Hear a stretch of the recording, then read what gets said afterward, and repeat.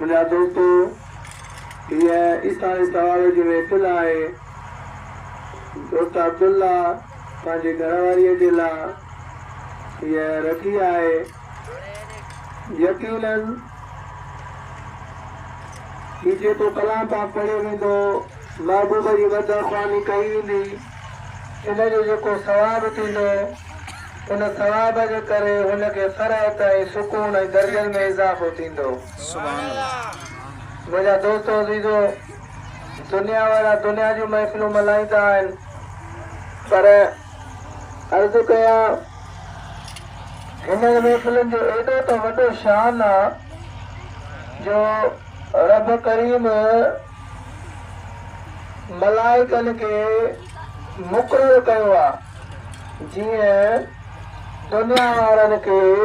हिन ज़मीन ते आसमान ते सितारा चमकंदे नज़र था अचनि ईअं आसमान वारनि खे ज़मीन ते बि अहिड़ियूं महफ़िलूं चमकंदे नज़र ईंदियूं आहिनि। जॾहिं क़ुरान जी महफ़िल खे ॿुधंदड़ महफ़िल मां उथंदा ई न आहिनि त अल्लाह ताला उन्हनि जी बख़्शिश करे छॾींदो आहे। रब पाक मलाइकनि खे फरमाईंदो आहे त ॾियो मलाइक मूंखे ख़बर आहे तव्हांखे ख़बर हुअणु घुरिजे त क़यामत जे आसमान ते अल्लाह ताला हदीस पाक आहे त अल्लाह साईं अहिड़ा हिकिड़ा फ़रिश्ता मुक़ररु करे छॾिया आहिनि जिन खे हुकुम आहे त जिते बि मूं अल्लाह जो कलाम मुंहिंजे नालो वरितो वञे उन महफ़िल में वञी उते वेही उन जी महफ़िल ॿुधो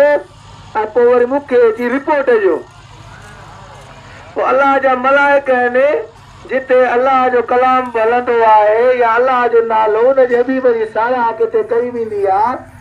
त उते मलाइकनि जी ड्यूटी आहे जेके अल्लाह जी तरफ़ां मुक़ररु थियल हूंदा आहिनि पोइ उहे उते ईंदा आहिनि। जॾहिं उहे उते मोटी वेंदा आहिनि त अल्लाह तबारक व तआला फरमाईंदुनि छा जंहिं मक़सद लाइ मां तव्हांखे मोकिलियो हुन में तव्हां कामयाबु थियो। अर्ज़ु कंदा या अल्लाह वाह असां दुनिया में वियासीं असांखे हिकु जॻह ते जीअं तव्हांजो ॻोठ आहे उन जॻह ते असांखे कलाम जी क़ुरान जी महफ़िल असांखे लधी असां हुनखे ॾिठोसीं उते असां वेठासीं। अल्लाह साईं फरमाईंदुनि ॾियो ख़बर हो मूंखां छा पिया घुरनि या अल्लाह उहे चवनि पिया त असांखे अज़ाब नार जहन्नम जे अज़ाब खां पनाह ॾे। अल्लाह साईं फरमाईंदो छा हुननि जहन्नम ॾिठो आहे। अर्ज़ु कंदा या अल्लाह हुननि जहन्नम त कोन ॾिठो आहे। ॿियो छा पिया घुरनि या अल्लाह जन्नत जो तोखां सुवाल पिया घुरनि। जॾहिं असां महफ़िल ख़तमु थींदी आहे त इहे दुआऊं घुरंदा आहियूं या अल्लाह असांखे जहन्नम खां बचा जन्नत नसीब फरमा कब्र जे अज़ाब खां असांखे बचा या अल्लाह असांजा गुनाह माफ़ फरमा त इहे दुआऊं त वरी अल्लाह खे ॾसींदा। अल्लाह साईं जन्नत जो सुवाल पिया करनि। अल्लाह तबाला फरमाईंदो छा ॾियो ख़बर हुन जन्नत ॾिठी आहे न या अल्लाह हुन जन्नत बि न ॾिठी आहे। त मुंहिंजा दोस्त अज़ीज़ो उहे महफ़िल वारा अल्लाह साईं मलाइकनि खे शाहिद कंदो तव्हां शाहिद रहिजो त मां इहे सभिनी जी बख़्शिश करे छॾी। पोइ उन महफ़िल में मलाइक अर्ज़ु कंदा या अल्लाह हिनखे त तो महफ़िल वारनि खे बख़्शे छॾियो पर हिन महफ़िल में हिकिड़ो अहिड़ो शख़्स आयो जेको हुन महफ़िल खे ॿुधण जे लाइ न आयो पर हू नियत कहिड़ी खणी आयो त मूं चयो हुन महफ़िल में हिकिड़ो माण्हू वेठो जंहिंमें चाबी या तव्हां हुनखे हुनजी ज़रूरत हुई का ज़रूरत वारी शइ हुई उहा हुन खां पंहिंजी वठण आयो पंहिंजे मक़सद लाइ आयो तुंहिंजे कलाम खे ॿुधण कोन आयो। अल्लाह तबारक व तआला फरमाईंदो यादि रखो मलाइको इन महफ़िल में वेहण जे करे जो हुन में कमु हुयसि उन जे करे मां इन शख़्स खे बि माफ़ करे छॾियो। ऐं यादि कयो त इहे जेके मुंहिंजी इन कलाम जी महफ़िल में आया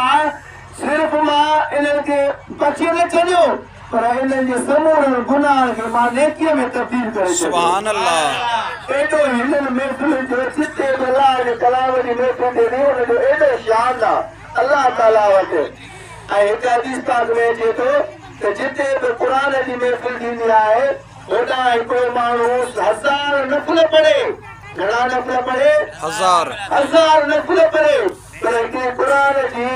इल्म जी महफ़िल में माण्हू वेहे थो त उहा इल्म वारी महफ़िल लाइ नफ़लनि खां वधीक दर्जो रखे थी। त मुंहिंजा दोस्तो अज़ीज़ो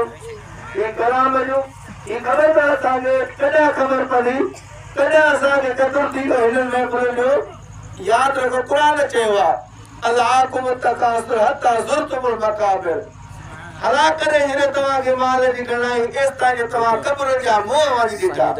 तव्हां वञी क़ब्रुनि में पियो। त यादि रखो मुंहिंजा दोस्तो अज़ीज़ो असां तव्हांखे पोइ ख़बर पवंदी जॾहिं असांजी वञी क़ब्र में एंट्री थींदी असां क़ब्र में दाख़िल थींदासीं जॾहिं असांखे हुते आराम न मिलंदा तकलीफ़ूं मिलंदियूं हाय अफ़सोस कंदासीं त असां दुनिया में त रही कुझु बि कोन कयो असां दुनिया में रही कुझु बि कोन कयो ही त वॾो अजब जो मकान आहे असांखे त हिते हमेशह रहणो आहे। असां केॾा अफ़सोस कयूं दुनिया जे हिसाब सां ॾिसो हींअर अनाज जी मौसम पइल असां सॼे साल जो अन्न रखंदासीं छा कंदासीं अन्न रखंदासीं जीअं मां मुंहिंजे बचनि खे तकलीफ़ न अचे सॼे साल सां ख़ुशहालीअ सां इहो अन्न पंहिंजो इस्तेमालु कयो। हाणे इहो दुनिया जे हिसाब सां असांजो अकुल कमु कयो छा असांखे एतिरो अकुल कोन्हे को जीअं महबूबनि फरमायो आहे त तूं दुनिया लाइ एतिरो गॾु एतिरो तोखे दुनिया में रहणो आहे क़ब्र लाइ एतिरो गॾु एतिरो तोखे क़ब्र में रहणो आहे आख़िरत लाइ इंसान एतिरो गॾु एतिरो तोखे आख़िरत में रहणो आहे। हाणे हीअ आहे आरज़ी दुनिया हिन वक़्तु जेका असां तव्हांजी उमिरि थिए थी 50 साल खां मथे को माण्हू चए थो त उहो भाग वारो आहे इहे उमिरियूं लॻी पयूं अबद आबाद ज़िंदगी आख़िरत जी क़ब्र जी मज़क जी क़ब्र जी आख़िरत जी आहे उन लाइ को फ़िक्र कोन्हे दुनिया में रहूं था उन लाइ हर तस्वीर पे कढी जा सही है नहीं वीडियो पर जे तो तस्वीर निकल उते साकुल में गयो पर असा जो को खसजी वने तो आख़िरत जे हिसाब सां मुंहिंजा दोस्तो जो के को पंहिंजे क़ब्र जी पंहिंजे आख़िरत जी फ़िक्र कान्हे का तव्हांखे मां अर्ज़ु कयां त 20 दफ़ा इंसान खे क़ब्र रोज़ यादि कंदी अथव घणा दफ़ा 20 दफ़ा डेली सटींदी आहे आदम जा औलाद तूं उनजो सेजन ते सुम्ही थो मां सेजन जी जॻह कान्हे का पंहिंजे लाइ को उंधो बिस्तरे जी तयारी करे आहे नेक अमल कबा त हुते माना बिस्तरो सुठो थी मिलंदो मां जेका कीड़े मकोड़े जी जाइ आहे पंहिंजे लाइ पाण सां गॾु को अहिड़ो समल ठाहिया जो इन खां तूं पाण बचाए सघीं। त मुंहिंजा दोस्त मुख़्तलिफ़ तरीक़े सां 20 दफ़ा या क़ब्र इंसान खे पुकारींदी आहे चवनि था त इंसान मौत खे यादि करे न हुन खां गुनाह छॾिजी वेंदा जॾहिं माण्हू चए मूंखे मरणो आहे ऐं मूंखे हिसाब किताब ॾियणो पवंदो क़ब्र में बि हिसाब किताब आहिनि इहो सोच रखी क़ब्र खे रुॻो यादि कंदो आख़िरत खे यादि कंदो त इंसान खां ऑटोमेटिक गुनाह ख़तम थी वेंदा हुनजी मौत खे यादि करण सां इंसान जी दिलि जी सफ़ाई थींदी आहे हिकिड़ो ज़िक्र करण सां अलाह जे कलाम माना ज़िक्र जेको ला इलाहा इल्लल्लाह थियो या जेके अलाह वारा कल्बी ज़िक्र चवनि था कल्बी ज़िक्र आहे इन करण सां ऐं मौत खे घणे यादि करण सां दिलि जी सफ़ाई थींदी आहे। त मुंहिंजा दोस्तो ॾिसो हिननि महफ़िलुनि खे ईअं भर वक़्तु माण्हू वक़्तनि ब वक़्तनि मल्हाईंदो अचे अच्छा दुनिया में जेके तव्हां टोकड़ ख़र्चु कयो दुनिया जी महफ़िलुनि में जीअं शादियुनि में बयान में दुलार ते ॻाइणा करे माण्हू उन्हनि ते ख़र्चु कंदा आहिनि त उहो पैसो ध्यानु आहे उनजो आख़िरत में सवाबु न आहे पर दीनी महफ़िलुनि में उन्हनि ते ख़र्चु करणु उन रुपए जो सवाबु आहे माना उन रुपए जो दुनिया 70 लाख अलाह से हिनखे रोज़ीअ में बरकत विझी ॾींदो मुंहिंजा दोस्त उहो कॾहिं खुटंदो कोन जेको अलाह जे नाले ते ॾियण वारो आहे। मुंहिंजा दोस्तो असां पंहिंजे पाण खे पंहिंजे औलाद खे निमाज़ी कंदा आहियूं क़ुरान त चवे या अय्युहल्लज़ीना आमनू क़ू अनफुसकुम व अहलिकुम नारा ए ईमान वारो पाण खे पंहिंजे औलाद खे पंहिंजे अहल अयाल खे बाहि खां बचायो अहिड़ा अलाह साईं दड़का क़ुरान में असांखे ॾिना अथव पाण खे पंहिंजे अहल अयाल खे बाहि खां बचायो वक़ूद अन्नास वल हिजार जंहिंजो खाज इंसान ऐं पथर थींदा कहिड़ा पथर जेके काफ़िर पत्थर जी पूजा कंदा आहिनि बुतनि जी उन्हनि खे इंसाननि खे जहन्नम में विधो वेंदो। त मुंहिंजा दोस्त अज़ीज़ो अलाह साईं असां तव्हांजी इंसान जी तख़लीक़ जो जेको असांजो मक़सदु आहे उहो हिकु जॻह ते क़ुर में हीअं थो फरमाए त वमा ख़लक़तुल जिन्न वल इंस इल्ला लियअबुदून। असां इंसान जिन्हनि खे न पैदा कयो आहे मगर पंहिंजी इबादत जे लाइ। माना असां जेको पैदा थिया आहियूं ही दुनियादारी में जेको चंबड़ी आहियूं पंहिंजे दुनिया जे कमनि कार्य में चंबड़ी पिया आहियूं इन लाइ असांखे असां पैदा ई कोन कयो आहे। हा इन्हनि खां बि मोह कोन्हे मोड़ो दुनिया में गुज़र सफ़र करिणो आहे इन लाइ बि करिणो आहे। पर घणी जेका असांखे तरसीअ ॾियणी आहे जेको असांखे क़ुर ॿुधायो आहे त मां तव्हांजी रोज़ीअ जो ज़ामिन मां आहियां। तव्हां थोरी महिनत कयो घणी महिनत कयो इंसान जो आहे पेट पेट खां असां वधीक ॿियो त कुझु कोन्हे न। या हेतिरा असां अरब खरब गॾु करे छॾियूं उहे छा असां क़बर में खणी वेंदासीं? छा असां जेके ॿिन्हिनि जा ॿार असांजा क़बर में रहंदा? असांजा ढोर या मिल्कियतूं असांजा क़बर में रहंदियूं? केॾियूं असां मिल्कियतूं कयूं क़बर में असांजा कोन हलंदियूं। कहिड़ी शइ क़बर में इंसान सां हलंदी? नेकी हलंदी। सवाब जा कम जेके उहे अंदरि हलंदा। इंसान जेके मिल्कियतूं करे थो औलाद करे थो या जेके माल मिल्कियत करे थो इहे सभु हिते फना आहिनि। सभु हिते क़बर में इंसान खे क़बर ताईं सिर्फ़ु हलंदा। माल मिल्कियत जीअं मरण सां जेके जिते पयूं उते रहिजी वेंदियूं।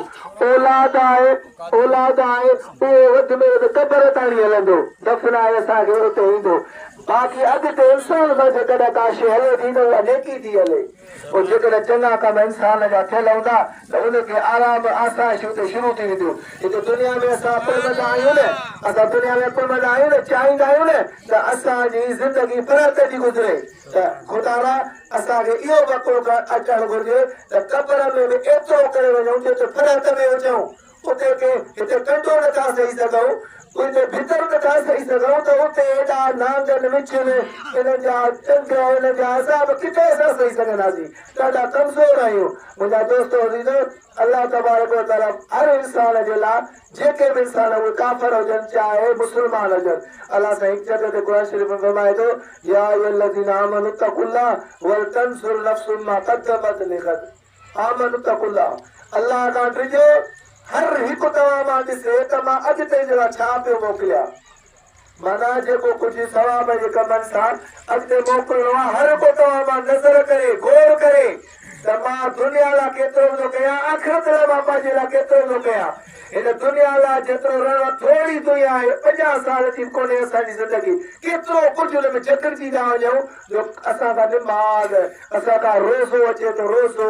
असांखां हज जेकॾहिं वाजिब आहे मथां ओॾे तवजो कोन्हे को दुनिया में लॻा पिया मिल्कियतुनि ठाहिण में लॻा पिया आहियूं उमिरो नथा कयूं हज नथा कयूं ज़कात असांजे मथां लाॻी पई आहे असां उहा कोन था कयूं।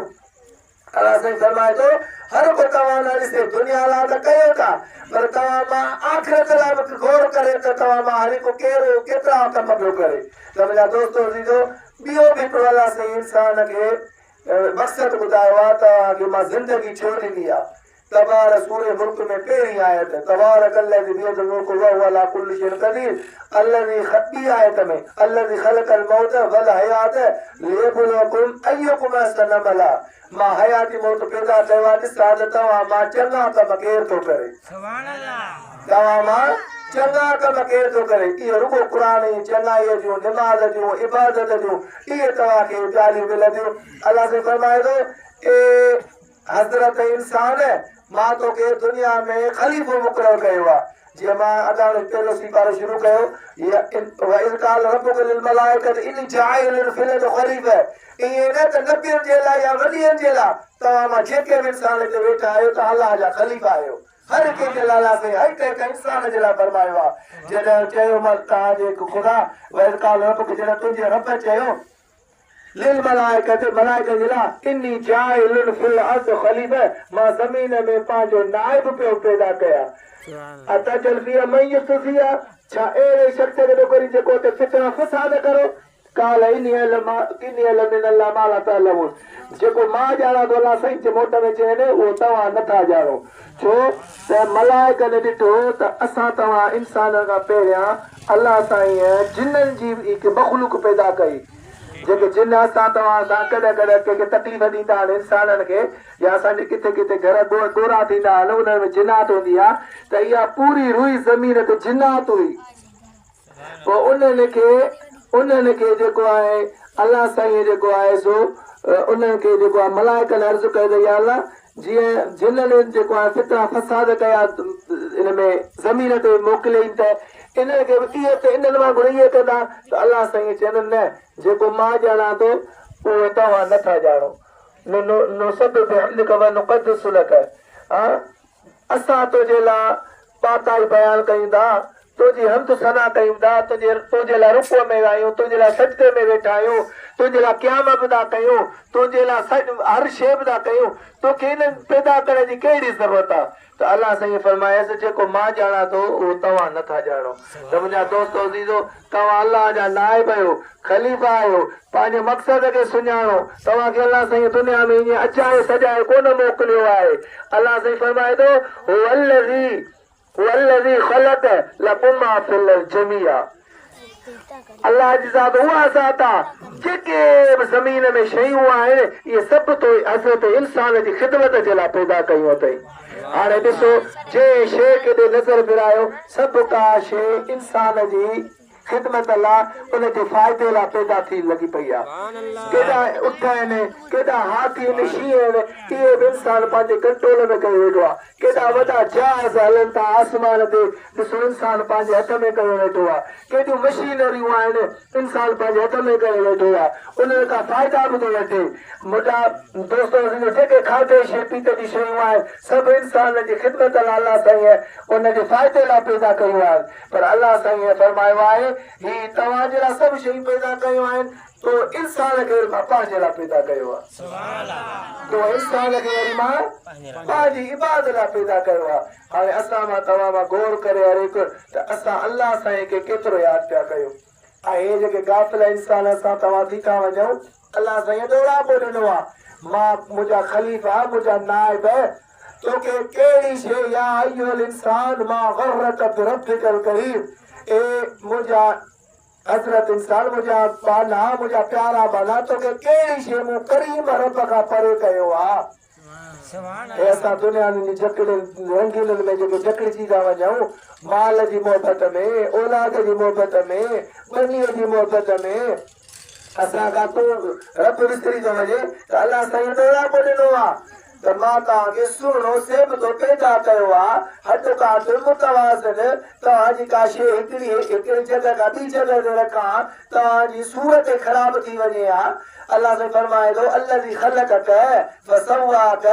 फअदलक फी अय्यि सूरतिन मा शाअ रकबक अल्लज़ी ख़लक़क तव्हांखे पैदा कयईं अल्लज़ी ख़लक़ फसव्वाक बराबर कयईं माना ॾिसो अखियूं सफ़ा हेॾा बि हिकु जॻह ते हेॾा बि हिकु जॻह ते नासू पूरा सारा हा पेशानी VIP हुनजे मथां पिंपल भेरूं ॾंद चप हथ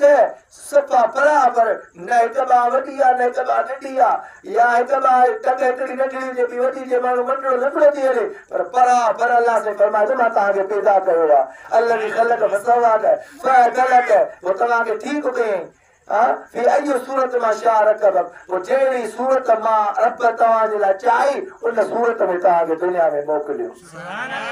त मुंहिंजा दोस्त अज़ीज़ो अल्लाह जी ज़ात सां असांखे मोहबत करणी आहे मां तव्हांखे अर्ज़ु कयां त मां औलाद सां मोहबत कंदी आहे उन खां 70 दफ़ा रब जी ज़ात पंहिंजे ॿार सां मोहबत कंदी आहे असां ॾाढा अलाह खे प्यारा आहियूं जे केॾा बि गुनहगार आहियूं थोरो हुनजे दर ते हली वञूं पाण खे पंहिंजे बचनि खे हुनजे दर ते वठी वञूं अलाह जी रहमत असांखे घेरो करे वेंदी अलाह साईं फरमाए थो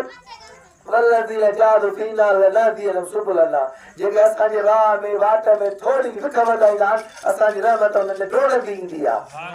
त मुंहिंजा दोस्त अज़ीज़ो असां थोरो अॻिते वधूं अलाह जी रहमत असांखे घेरे वेंदी असांजी ज़िंदगी बि सुकून वारी गुज़रंदी असांजी क़ब्र बि भली गुज़रंदी असांजी आख़िरत बि भली गुज़रंदी अलाह साईं खां दुआ आहे अलाह साईं असांखे फ़हम ऐं सम्झ अता फरमाए अलाह साईं हदीस पाक आहे मन युरिदिल्लाहु ख़ैरन युवफ़िक़हु फ़िद्दीन ये जेके आलिम सगोरा हाफ़िज़ सगोरा ॻोठनि में पढ़ाईंदा आहिनि इन जे लाइ इहो हिकिड़ो ख़ुशख़बरी आहे अलाह फरमाए थो जंहिंजे लाइ असां भलाई चाहींदा आहियूं न असां उनखे दीन जी सम्झ ॾींदा आहियूं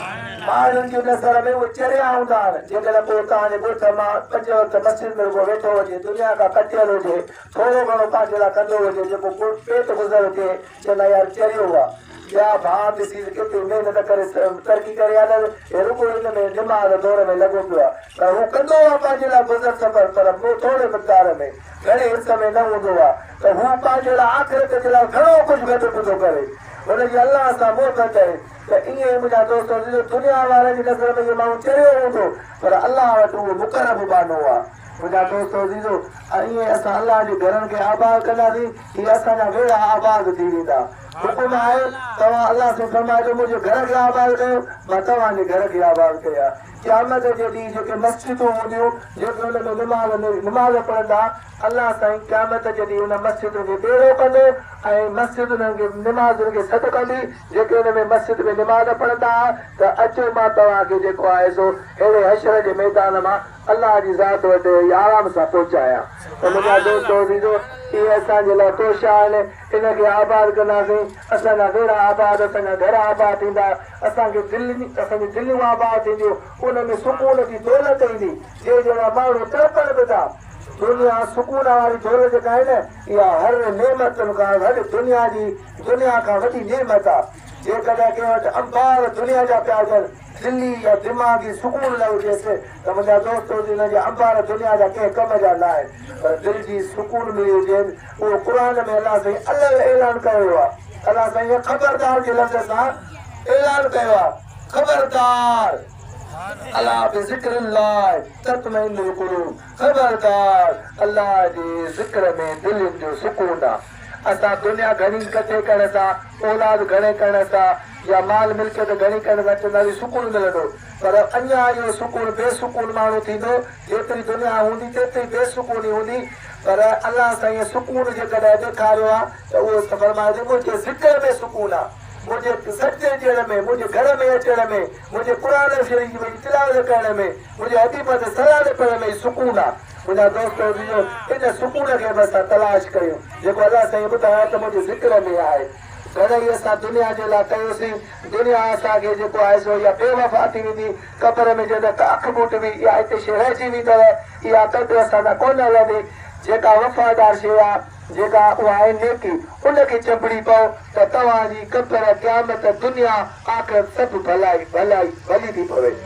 ऐं अलाह साईं असांखे कामयाबु करे अलाह साईं खां दुआ आहे जेको चयो उन ते असांखे अमल करण जी तौफ़ीक़ अता फरमाए आख़िर दअवाना अनिल हम्दुलिल्लाहि रब्बिल आलमीन